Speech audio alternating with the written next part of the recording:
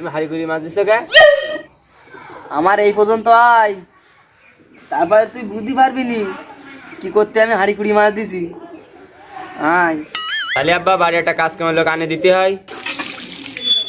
তুই ছেলে হয়ে আমার নিয়ে এত ভাবিস, যা তুই যখন বলতিছিস তাহলে আমি এতে আর অমাত করতিস।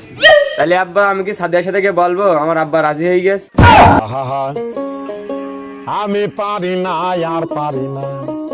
না বাবা, আমার আর সে বয়স নেই, আর আমি আর ওসব করতে পারতিস।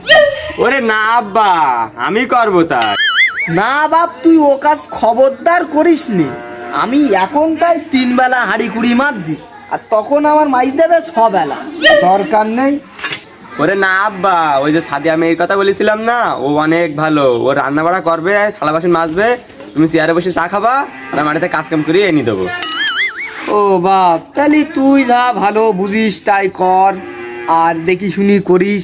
আর আমি ঘটকেরা গিয়ে দুপুরবেলা পাঠায় দিচ্ছি, দেখি এসি কি বলতি চাই।